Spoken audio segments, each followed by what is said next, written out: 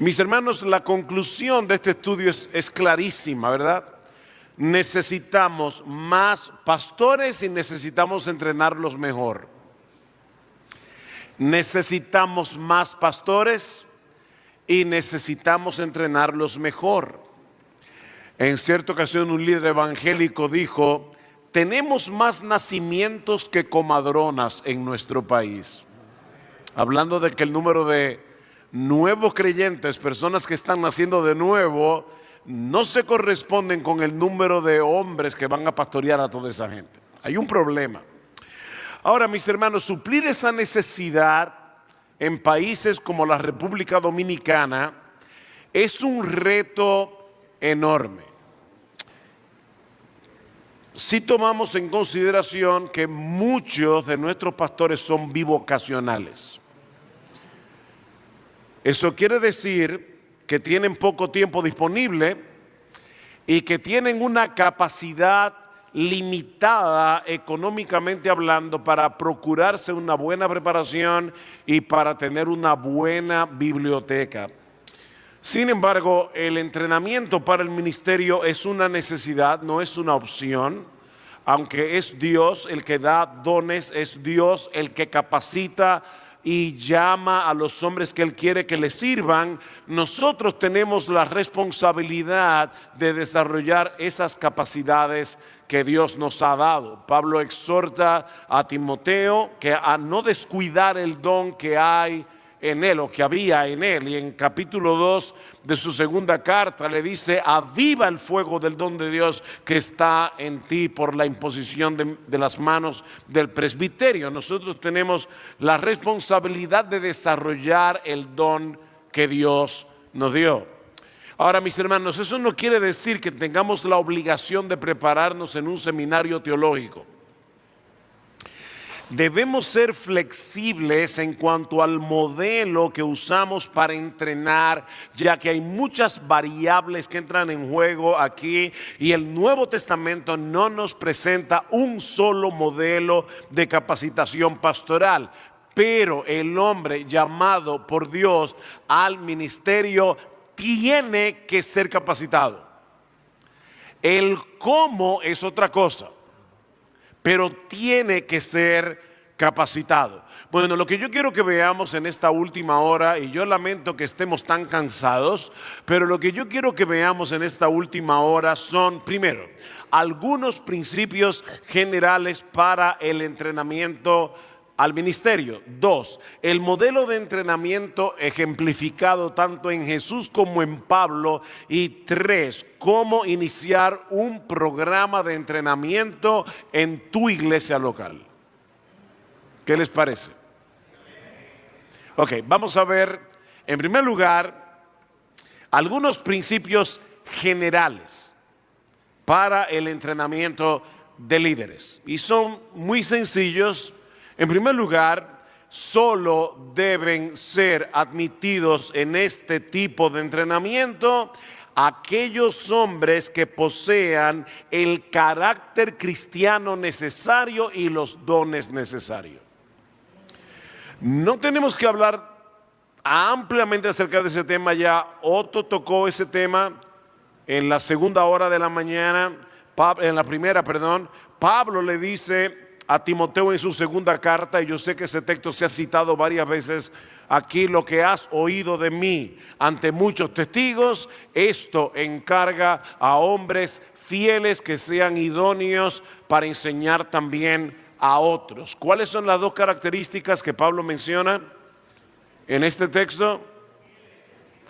Deben ser hombres fieles y deben ser idóneos para traspasar a otros lo que Pablo, en este caso Timoteo, le había dado a él. Lo que has oído de mí ante muchos testigos, esto encarga tú a hombres fieles que sean idóneos para enseñar entonces a otros. Hay una cadena de traspaso aquí. Primero comenzaríamos con Jesús a Pablo, luego Pablo a Timoteo, luego Timoteo a hombres fieles y luego esos hombres fieles a otros. Esa es básicamente la cadena que Pablo está planteando aquí.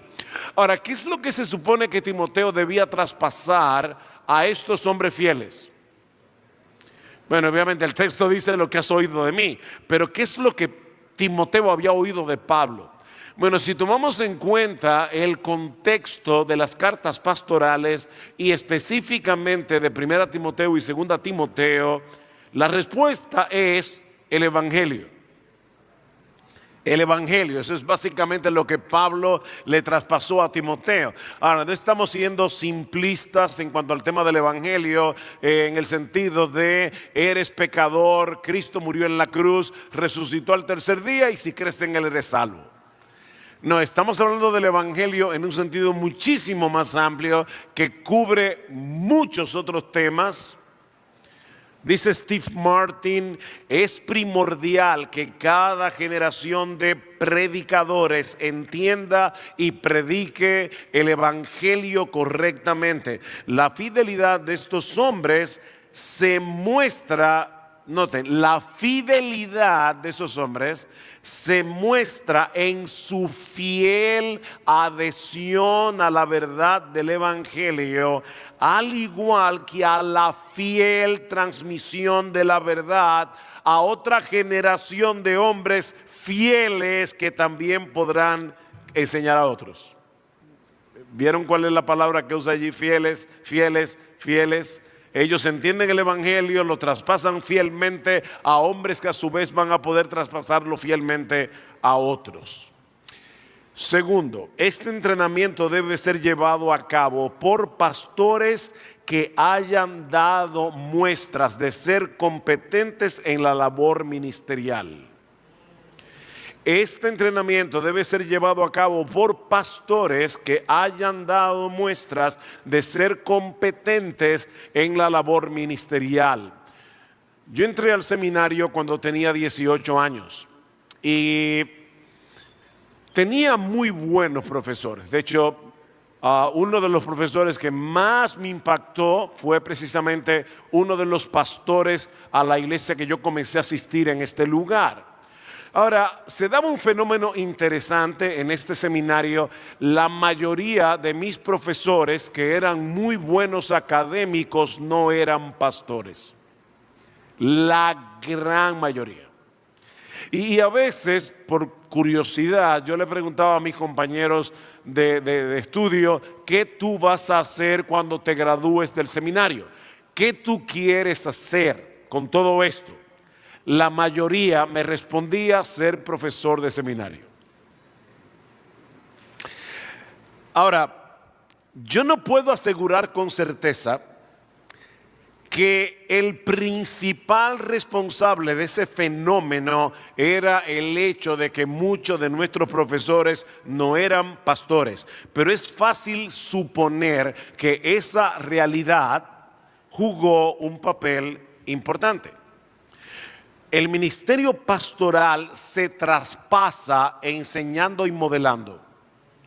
Enseñando y modelando. Pablo le pudo decir a Timoteo, pero tú has seguido mi doctrina, conducta, propósito, fe, longanimidad, amor, paciencia, persecuciones, padecimientos. En otras palabras, Timoteo, tú has vivido conmigo. Yo te he pastoreado y tú me has visto pastoreando a otros. Hermanos, se aprende a pastorear primero siendo pastoreado. Déjame repetirte esto porque tal vez te dormiste en ese segundo con el sueño que hace, ¿verdad? Después de comida. Se aprende a pastorear primero siendo pastoreado. De la misma manera que cómo se aprende a predicar. Bueno, una de las primeras cosas que Dios usa para enseñarnos a predicar es escuchar a predicadores. No yendo a un seminario, no leyendo necesariamente un libro de predicación. En una manera intuitiva, yo estoy sentado delante de un púlpito, alguien está predicando la palabra y no solamente me está enseñando la palabra misma, me está enseñando a predicarla a través de su predicación. Lo que nos lleva al siguiente principio general. Este entrenamiento, tercer principio, debe ser llevado a cabo en el contexto de una iglesia local. Obviamente, si estamos hablando de pastores que me están pastoreando y que a través de ese pastoreo me están enseñando a pastorear, es obvio que el contexto debe ser una iglesia local. Ahora, debo decir que yo no estoy negando de ninguna manera la importancia de los institutos bíblicos, no estoy negando la importancia de los seminarios en el entrenamiento académico de los hombres que aspiran al ministerio, de ninguna manera. Alabo a Dios por los buenos seminarios que todavía están en pie. Pero es un error asumir que los institutos bíblicos y los seminarios son los que tienen la responsabilidad primaria y mucho menos exclusiva de entrenar a los hombres que van a pastorear la iglesia. Ninguna institución puede suplantar a la iglesia local en el desarrollo de obreros cristianos, por el lugar que ocupa la iglesia en los planes redentores de Dios. ¿Qué dice el Señor en Mateo 16? Yo edificaré mi seminario. Si te reí, es que quería saber si estaba despierto. Yo edificaré mi iglesia. Eso fue lo que Jesús prometió. Y las puertas del Hades no prevalecerán contra ellas. Y fue a la iglesia que el Señor le dio la encomienda de hacer discípulos de todas las naciones, bautizándolos y enseñándolos. Escuchen esta cita de Dave Harvey. Mis hermanos, escuchen esto porque esta cita vale cada línea. Es curioso que los evangélicos tomemos hombres que están dentro de la iglesia para luego sacarlos fuera de la iglesia y después de 4 o 5 años mandarlo de nuevo a la iglesia para ministrar a la iglesia. ¿Ven qué extraño esto? De alguna forma, dice Harvey, hemos llegado al punto en donde la forma habitual de entrenar pastores es tomar a hombres dotados y alejarlos de la iglesia local para educarlos fuera de ella. Qué irónico, ¿verdad? Mis hermanos, es en la iglesia, no en los seminarios, donde aprendemos a ministrar en el contexto de la vida real. La vida real se da en la iglesia, no en un aula de seminario. El seminario puede ser de gran ayuda para esa capacitación, pero la iglesia es fundamental. De hecho, es interesante porque en algún punto de la historia hubo una brecha que no debió haber ocurrido, porque en un principio todos los seminarios existían para trabajar bien de cerca con la iglesia local y juntamente con la iglesia local, pero en algún punto hubo una brecha que no debió ocurrir. Me llamó la atención y me agradó leer esta cita del doctor Albert Mohler. Ustedes saben que Mohler es el presidente del Seminario Bautista del Sur en Louisville, Kentucky. Dice, el seminario puede proporcionar una profundidad y amplitud de estudios, todos necesarios para el ministro, pero no puede reemplazar a la iglesia local como el contexto donde el ministerio se aprende de forma más directa. Más directa. Me encantó eso que decía Richard Pratt en la hora anterior al final. ¿Qué tan cerca estás tú de la gente para que creas que puedes ministrar? Yo recuerdo cuando estaba en el seminario, uno de los individuos que invitaron, un inglés, a predicarnos la palabra en capilla, nos hizo la misma pregunta que él hizo al final. Él nos preguntó, ¿cuántas prostitutas conoces tú? Y yo recuerdo que todos abrimos los ojos como, ¿qué pregunta? Y él decía, bueno, Jesús conocía algunas.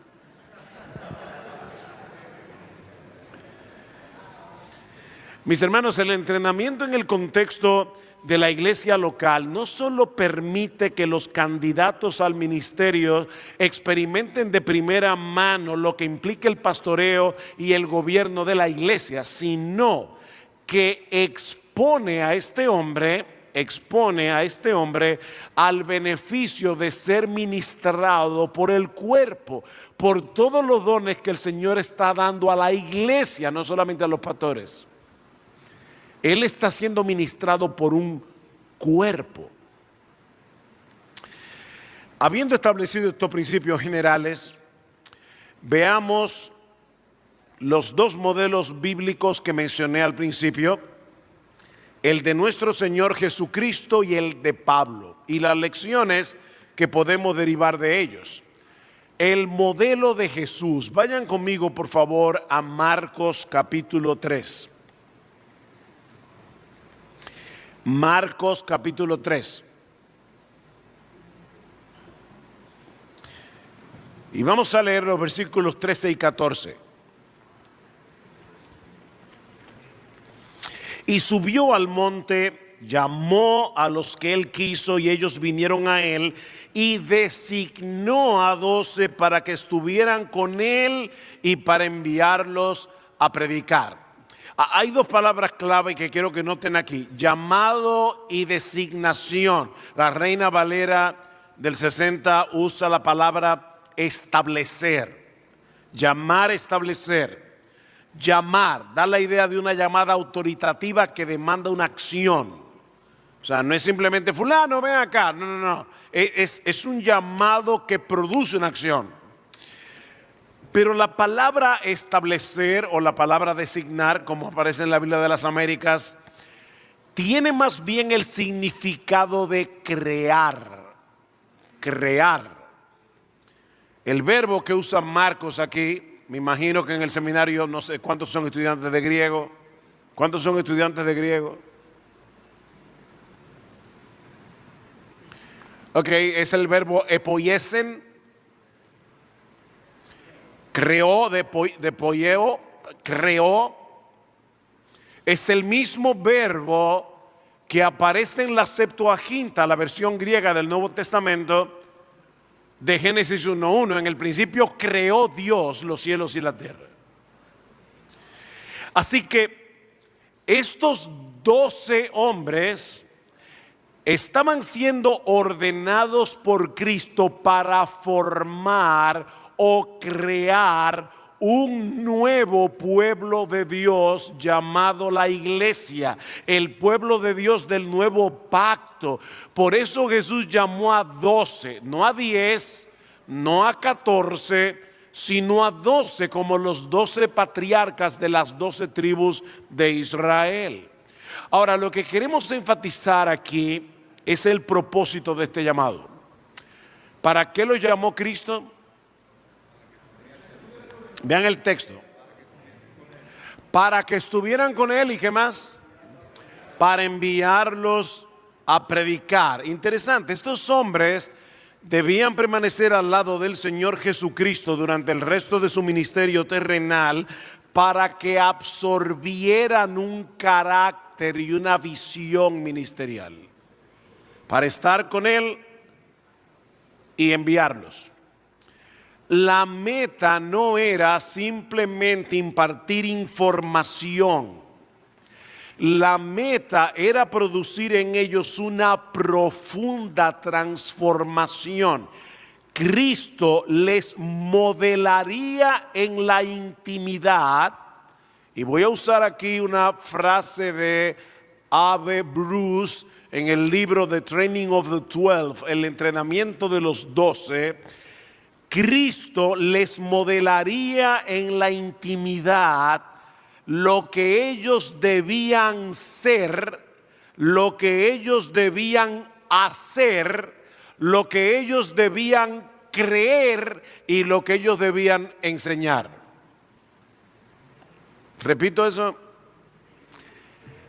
estando íntimamente con Jesús, Cristo iba a modelar delante de ellos en la intimidad, o incluso cuando estuviera lidiando con una prostituta o cuando estuviera lidiando con los fariseos. Ellos iban a ver a Cristo en todos esos escenarios, y Cristo les iba a modelar lo que ellos debían ser, lo que ellos debían hacer, lo que ellos debían creer y lo que ellos debían enseñar. Ese fue el plan maestro del Señor para trastornar el mundo. Hay una leyenda que cuando el Señor resucita y asciende a los cielos, se encuentra con el ángel Gabriel, que están observando los ángeles. Primera de Pedro capítulo 1, los ángeles observan lo que está pasando aquí y dice que el ángel Gabriel le dice: ok, ya moriste, resucitaste, ascendiste a los cielos, ¿y ahora qué? Bueno, yo voy a llevar el evangelio al mundo entero. ¿Y cómo es eso? O por medio de esos 12 hombres. Pedro, Juan y Jacobo, que querían que bajara fuego del cielo en Samaria. Por si acaso tú no tienes un plan B. No, ese es el plan. Llevar el evangelio al mundo entero con ese Dream Team, con esos 12 hombres. Ese era el plan. Mis hermanos, piensen en eso. Ese fue el plan de Jesús. ¿Por qué nosotros vamos a tener un plan diferente? Los 12 eran individuos ordinarios a quienes Jesús separó del resto de sus seguidores para hacer por medio de ellos una obra extraordinaria. Hombres ordinarios como tú y como yo. La obra era extraordinaria. Durante todo este tiempo que tuvieron con Jesús, fueron entrenados como observando, escuchando, imitando.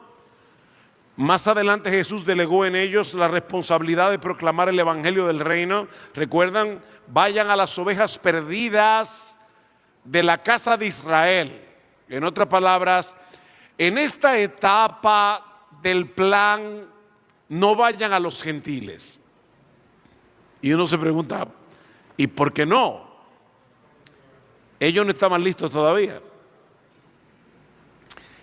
Para esa otra parte, sus corazones todavía eran muy estrechos, sus prejuicios raciales. ¿Recuerdan Hechos 10? Pedro mata y come. No. Los prejuicios raciales eran muy fuertes, pero el Señor los fue entrenando paso a paso, poco a poco. Aparte de la misión de los 12, también vemos en Lucas capítulo 10 la misión de ¿quiénes? De los 70. ¿Quiénes eran los 70? No lo sabemos. Probablemente eran un poquito más lejanos que los 12, pero eran más cercanos que el resto de la multitud. Eran 70 y Cristo le dio la encomienda a esos 70 de ir a predicar el evangelio. Mis hermanos, esta relación de Jesús con los 12 primariamente y luego con los 70 estableció un modelo para su iglesia a través de las edades y que vemos encarnado en la vida del apóstol Pablo. Lamento, hermano, no tenemos el tiempo para estudiar estos dos modelos a profundidad, pero créanme, aquí hay mucha tela que cortar. El modelo de Pablo. Miren, es indudable que la perspectiva que Pablo tenía del ministerio era profundamente relacional. Pablo era un hombre profundamente relacional. Lean Romanos capítulo 16, hay ahí 26 personas a quienes Pablo les manda saludos por nombre, 24 de ellas por nombre. Y si lees con cuidado las cartas y el libro de los Hechos, vas a descubrir 38 nombres más con quienes Pablo tenía relación. Y obviamente no eran los únicos, esos son los que aparecen en la Biblia. Pablo era un hombre muy relacional. Pero vamos a centrarnos en Timoteo y Tito. Timoteo y Tito. A través de la información que nosotros podemos extraer de las epístolas pastorales, podemos tener una idea del tipo de relación que Pablo tenía con sus hijos en la fe, de las cosas que compartió con ellos, tanto a nivel doctrinal como personal. Yo tuve que hacer un estudio en una ocasión, se los recomiendo. Leí las epístolas pastorales cuidadosamente y extraje de las epístolas pastorales todos los temas de los que Pablo habló con Timoteo y con Tito. Es fascinante. Vuelvo y repito, no tengo el tiempo, pero Pablo habló con ellos de doctrina y fui enumerando cada doctrina. Doctrina de Dios, doctrina de Jesucristo, doctrina del Espíritu Santo, doctrina de la iglesia. Es fascinante. Habló con ellos de la predicación, habló con ellos de aspectos prácticos del ministerio, habló de su propia vida personal, habló de su afecto para con ellos. Me impresiona cuando Pablo le dice: mi amado hijo en la fe, yo he llorado porque estás lejos de mí. Wow, profundamente afectuoso. Bueno, mis hermanos, eso nos da una idea bastante aproximada de la relación de comunicación que los mentores deben mantener con sus discípulos. Se trata de una relación estrecha, afectuosa, transparente, didáctica. Ahora bien, ¿cómo podemos replicar en nuestros propios ministerios todo esto? Y más aún lo que hemos visto a lo largo del día de ayer, el día de hoy. ¿Qué hacemos con esta información? Bueno, veamos en tercer lugar cómo iniciar un programa de entrenamiento en tu iglesia local, de entrenamiento de líderes. Miren, hermanos, yo sé por experiencia que cuando uno comienza a escuchar acerca de este tema, uno se siente amedrentado. Yo ni puedo ni tengo el tiempo. No voy a hacerlos pasar vergüenza y no les voy a pedir que levanten la mano quienes han sentido eso en estos 2 días, pero levanta la mano en tu propio corazón. Sin embargo, y sin ánimo de ser simplista, yo no quiero simplificar lo que no es tan simple. Decía, creo que era Kevin DeYoung, que cuando lleguemos al cielo, probablemente el Señor nos va a decir a muchos de nosotros: pero yo no planifiqué esto para que fuera tan difícil. Esto tiene que ser de alguna forma ejecutable, porque el Señor es infinito en sabiduría. ¿Saben qué, mis hermanos? Sin ser simplistas, todo lo que se requiere para hacer este trabajo son 3 cosas. Primero, que los pastores nos mantengamos en constante crecimiento como creyentes, como líderes y como predicadores y maestros de la Biblia. Que no dejemos de crecer. No podemos darnos el lujo de crecer. Y ahora les voy a decir por qué, en un momentito. Pero lo primero que se requiere es un pastor que siempre está creciendo, comenzando con su propia relación con el Señor. Mira, mi hermano, cuando tú por la mañana te levantas a hacer tu devocional y abres tu Biblia, tú eres un creyente común y corriente que está comunicándote con tu Señor como cualquier otro hermano de la iglesia. No leas la Biblia para buscar sermones. Lee la Biblia para escuchar en ella la voz de Dios. Esta es la palabra de Dios. Segundo, Lo segundo que se requiere, que tengamos la convicción de que tenemos que entrenar a otros. Yo no puedo darme el lujo de no hacerlo. Yo tengo que tener esa convicción. Yo tengo que entrenar a otros hombres. Tercero, y que en oración, y de todo eso yo voy a hablar ahora más ampliamente, pero solo estoy dando un vistazo. Y que en oración estemos dispuestos a hacer los ajustes que sean necesarios, tanto en nuestra agenda pastoral como en la estructura ministerial de la iglesia, de modo que podamos tener tiempo para llevar a cabo esta tarea. O sea, que tú estés dispuesto a decir: este ministerio es fantástico, es buenísimo, pero me está quitando tiempo para discipular y entrenar, así que esto que lo haga otro. En nuestra iglesia hay hermanos que tienen ideas geniales. Pastor, yo estaba pensando que nosotros tenemos que tener un ministerio para ir a la cárcel a predicar el evangelio. Qué bueno, mi hermano. Cuando lo planifiques me avisas. ¿Qué vas a hacer? Porque ellos vienen a nosotros para decir: hazlo tú. Mira, mi hermano, te voy a dar una técnica importante aquí.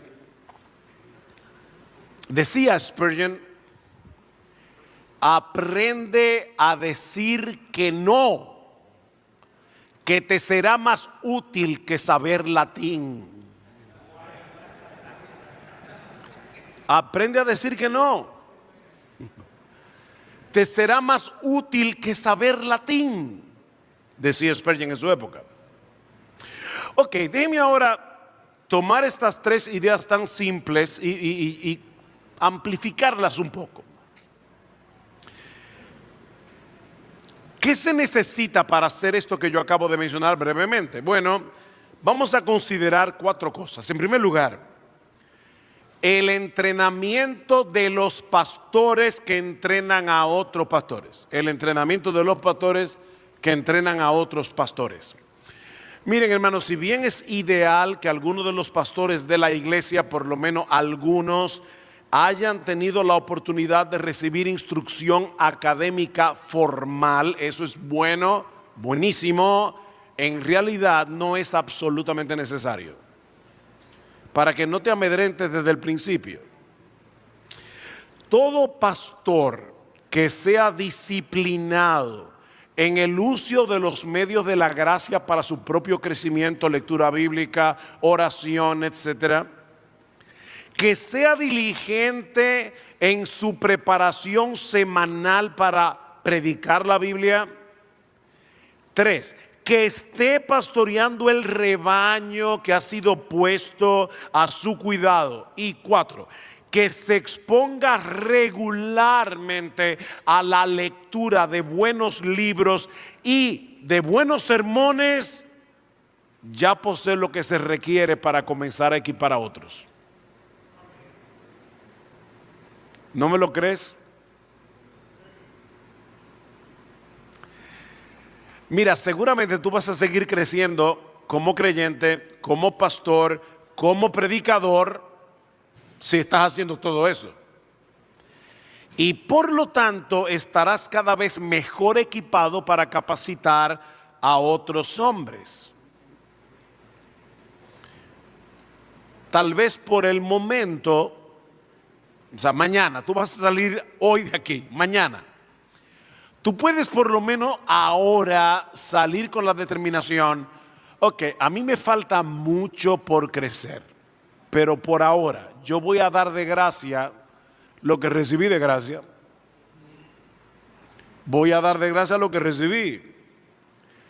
Mi hermano, llévalos a esos hombres que están en tu iglesia, en los que tú te puedes invertir.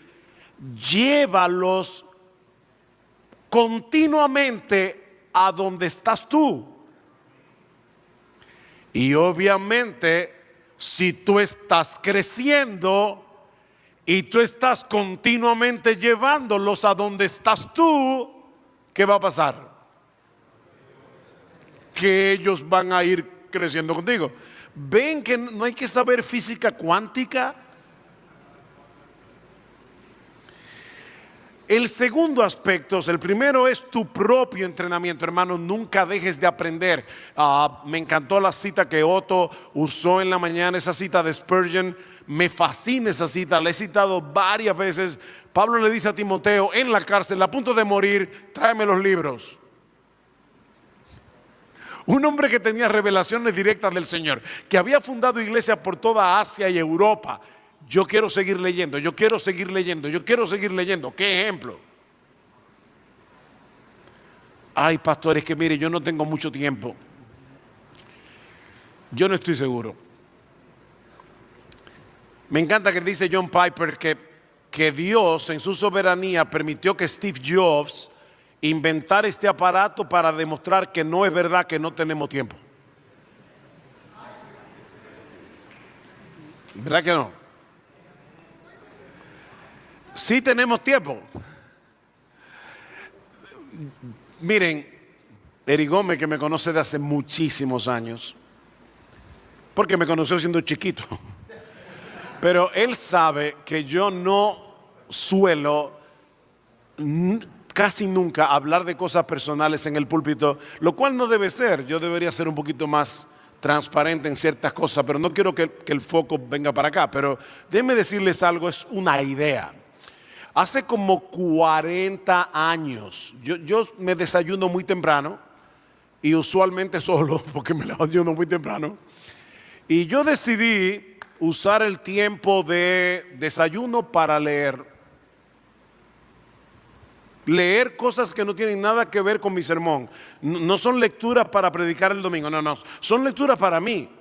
Y puede ser desde John Owen. Me acuerdo una vez que estaba leyendo Temptation and Sin, en ese momento no estaba traducido al español, y leía 3 páginas al día.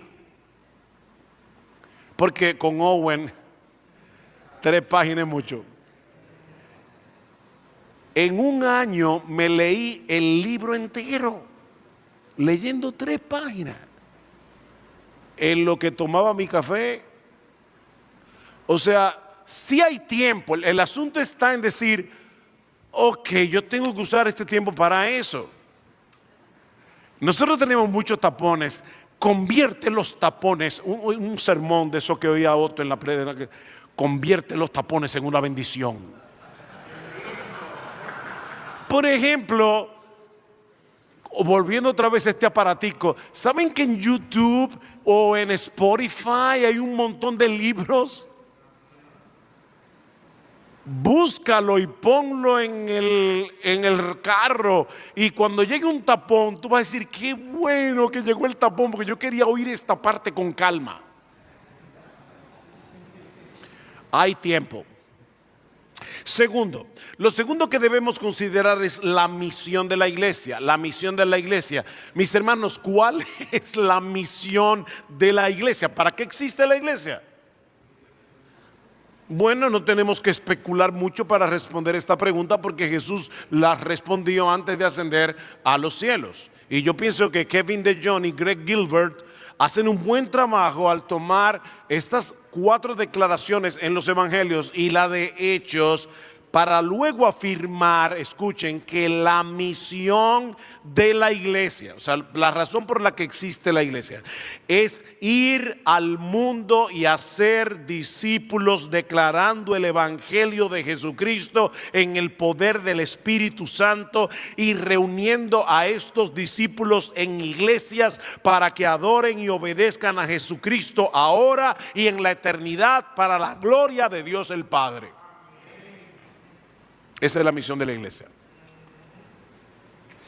Nuestra misión esencial es hacer discípulos, y por lo tanto el desarrollo de una cultura de discipulado en nuestras iglesias no es negociable. ¿Y qué es eso de una cultura de discipulado? Bueno, cuando hablamos de cultura, nos estamos refiriendo a las creencias, las convicciones, los valores, las prácticas que definen la forma como vivimos y nos relacionamos en comunidad. La cultura no es solo lo que hacemos ocasionalmente, es lo que hacemos de manera habitual y natural. Eso es cultura. Es aquello que permea nuestros pensamientos, que permea nuestra cultura, que le da forma a nuestros pensamientos, a nuestras acciones. Por ejemplo, cada país tiene su propia cultura. Y esa cultura modela hasta la forma en que nos saludamos. Un inglés, sin tocarte, te dice hi. Ese es un saludo muy afectuoso. El dominicano te abraza y te jamaquea. Yo nunca he entendido eso. Aparte de que no me hace bien en la espalda, pero es como, y tú dices, ¿y quién le enseñó a los dominicanos a saludar así? No, lo vamos absorbiendo como el aire que respiramos. Eso es como, por ejemplo, nuestra puntualidad. ¿Quién nos enseñó a ser tan puntuales? Tú invitas a un dominicano a una reunión a las 8 y llega a las 9 en punto. ¿Quién nos enseñó eso? Es parte de nuestra cultura, es la forma como hacemos las cosas. Esas cosas no están escritas en ningún manual. No, ¿cómo ser dominicano? No. Pero son evidentes en la forma en que las personas viven. Así que al usar esta terminología, lo que estamos diciendo es que el discipulado no es un ministerio, el discipulado no es un programa, es una cultura que define quiénes somos como iglesia de Jesucristo. Esto significa que hacer discípulos no es solamente un programa más en la agenda de la iglesia, es la manera, nosotros debemos lograr que en nuestras iglesias el discipulado sea la manera como todos nuestros miembros piensan, viven y se relacionan entre sí. La Gran Comisión, yo no estoy aquí de nuevo inventando la pólvora. Cuando el discipulado es parte de la cultura de una iglesia, ya no se necesita estar continuamente motivando a las personas a discipular a otros. Va a suceder. Ahora, para desarrollar esa cultura de discipulado, que es esencial para el ministerio de hombres, porque el entrenamiento de hombres no es otra cosa que discipulado. Discipulado para que sean líderes. Necesitamos en tercer lugar, mantener una estructura ministerial simple.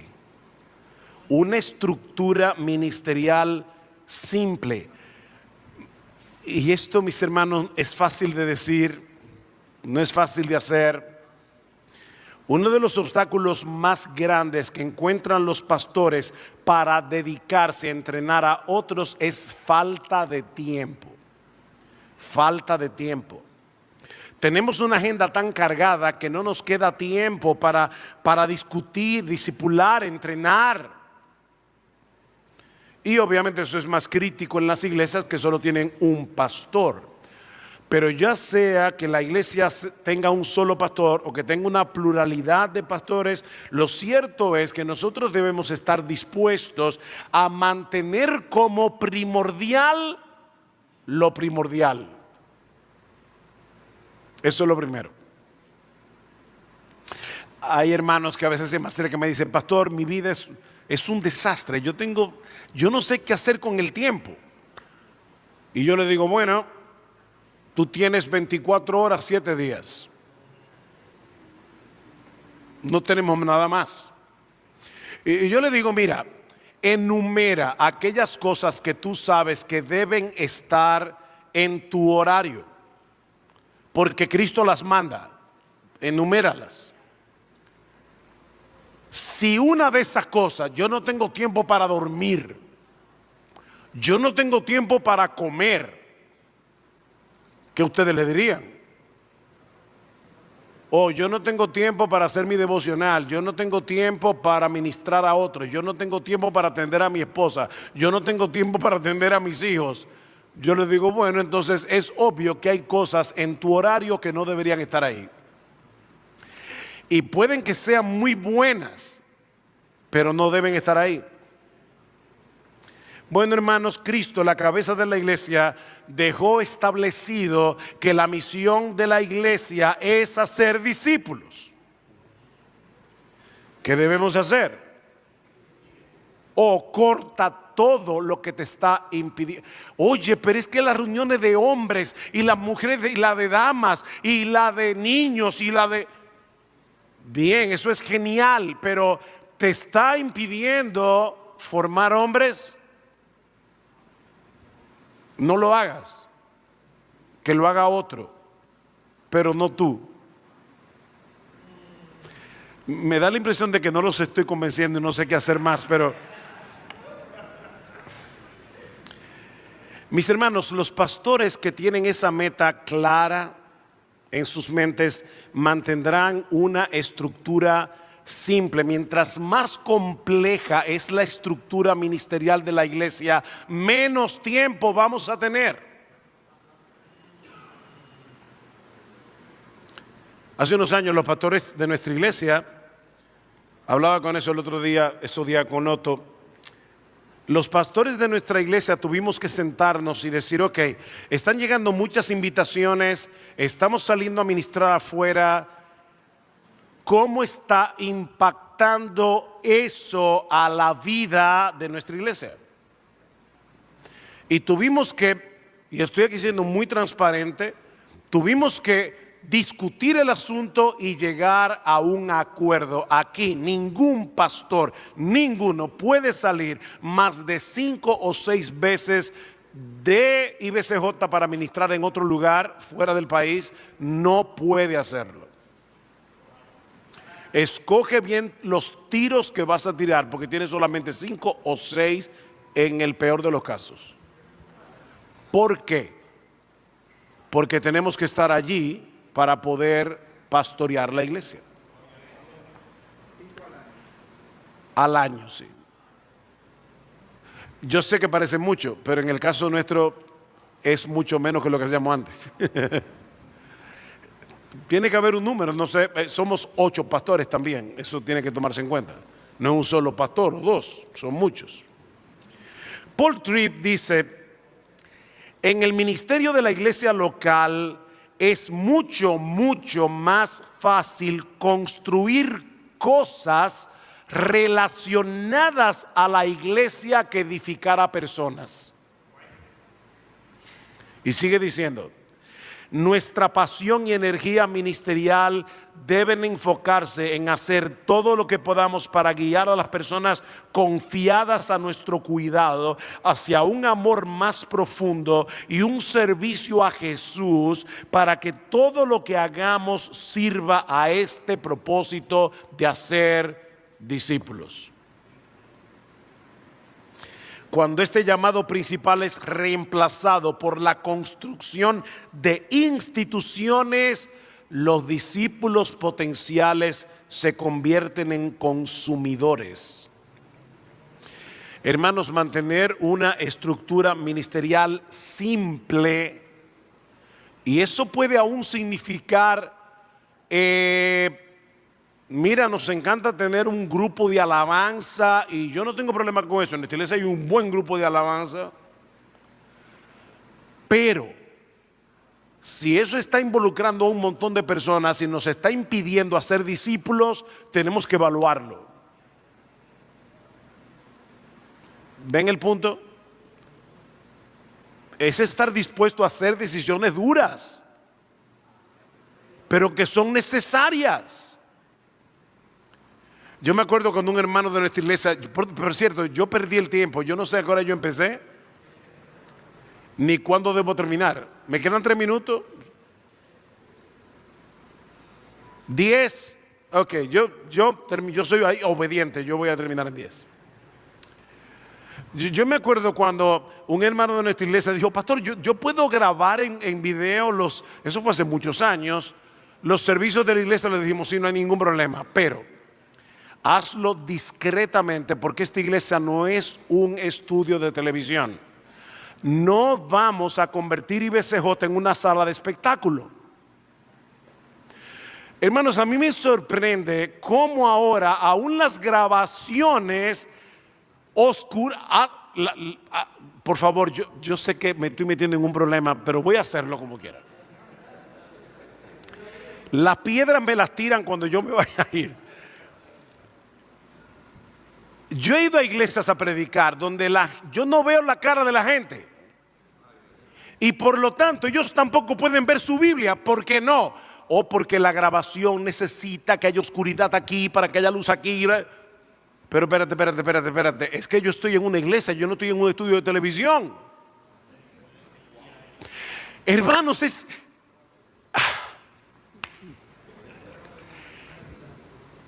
nosotros tenemos que ser iglesia.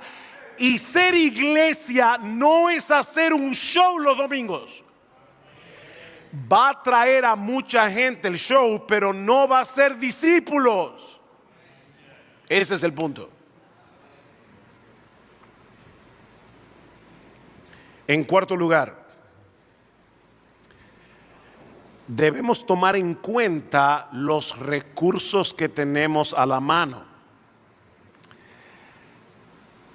Miren, debemos reconocer la realidad de que muchas iglesias y pastores en Latinoamérica tienen un presupuesto, ya lo dije, muy limitado. No les permite hacerse de una buena biblioteca o acceder a una plataforma de enseñanza virtual como Logos Bible Software. Algunos dicen, yo no tengo dinero para pagar un software de esa magnitud. No obstante, ministerios como 9 marcas, Tercer Milenio, y no lo digo porque Richard Pratt está aquí, yo lo tenía en mis notas antes de que él lo mencionara, porque me he beneficiado de Tercer Milenio hace mucho tiempo. Tercer Milenio, Ligonier Ministries, Excellence Ministry, que ya tienen unos folletos traducidos al español. Estoy solo citando. Deciding God tiene un montón de recursos que ya están en español gratis.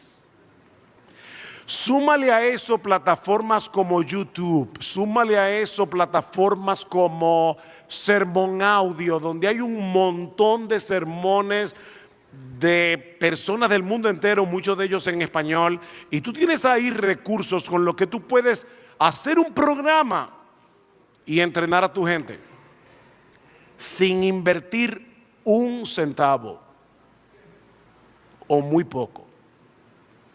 El tema es hacerlo. El tema es hacerlo. Es decirle, ven, acompáñame cuando yo vaya a visitar a un enfermo. Acompáñame cuando yo vaya a predicar la palabra en otro lugar.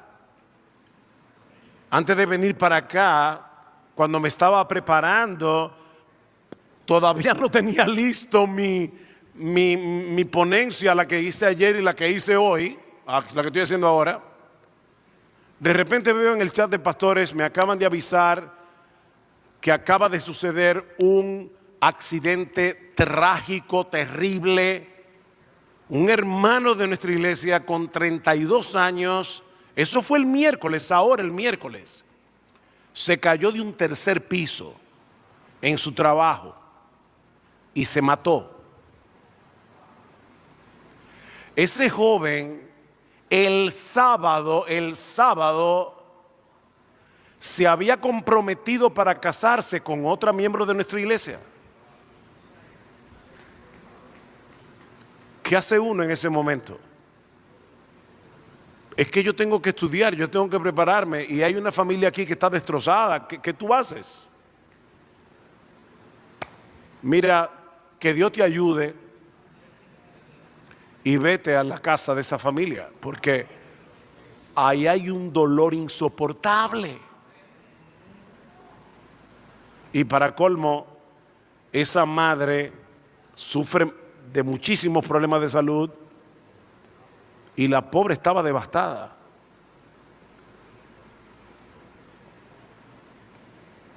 Llévate contigo a ese joven que tú estás, ven, vamos a la casa del luto.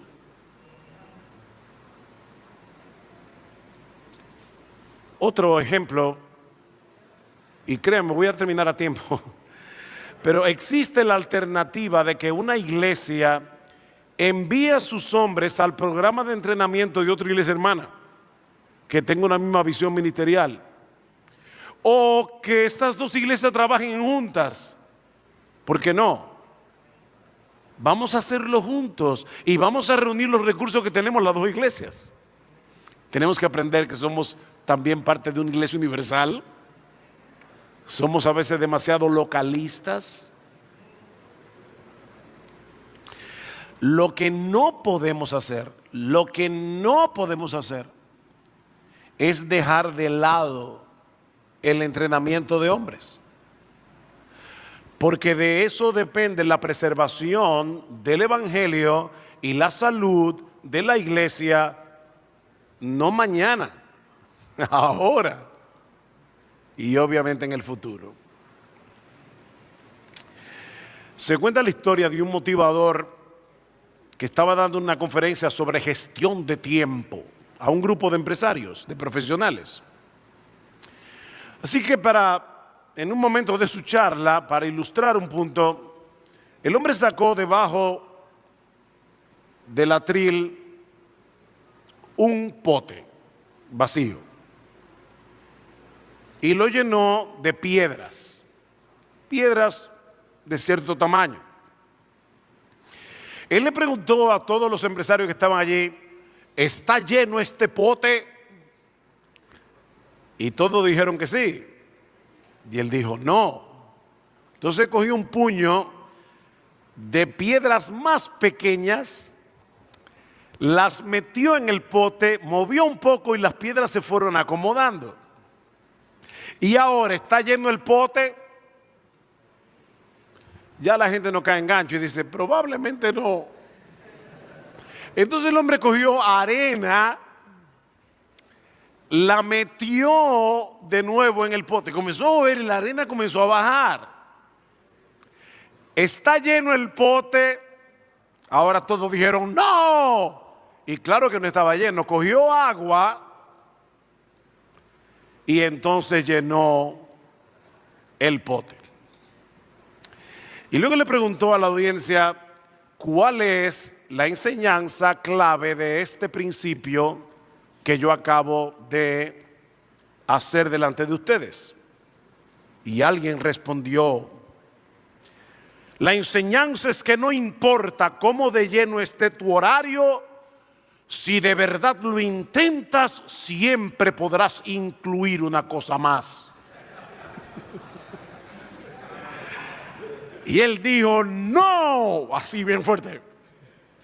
La enseñanza es que si no pones las piedras grandes primero, no podrás ponerlas en ningún otro momento.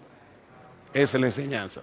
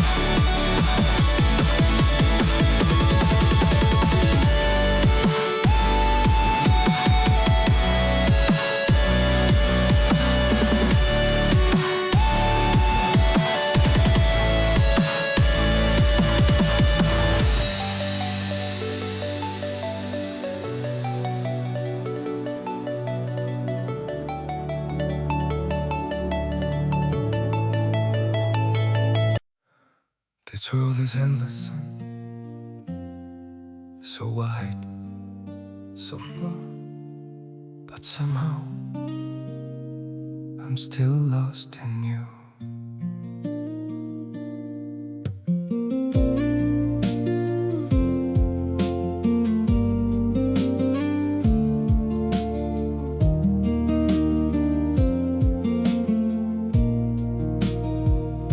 The streets are full of moving shadows, countless places I could go. City shining, people passing, yet I still feel so alone. Every road keeps leading nowhere, every sky feels cold and blue. In this world so vast and open, I'm still lost in missing you. The world is wide, so wide before me, but I keep losing my way. Somewhere in the endless distance, your memory makes me stay.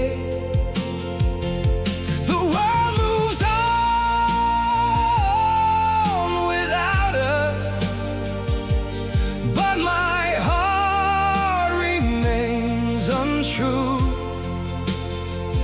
for no matter where these feet may wander, I'm still lost in missing you.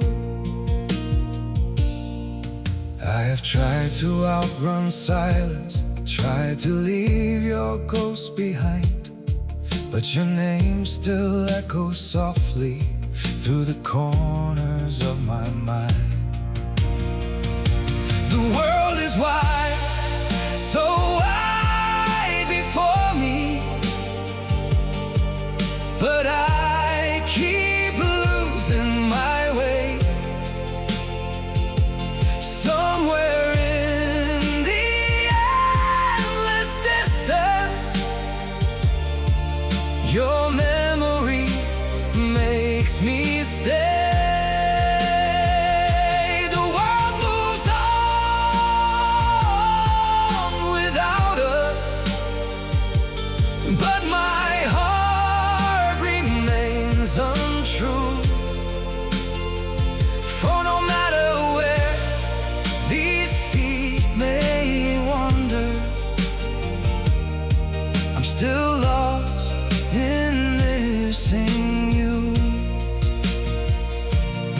Maybe someday I'll stop searching for your face in every crowd, but until that day, this broken heart will keep calling your name out. The world is wide, so wide before me, but I keep losing my way.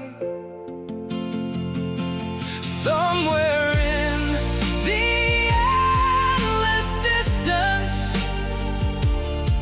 your memory makes me stay. The world moves on without us, but my heart remains untrue. For no matter where these feet may wander,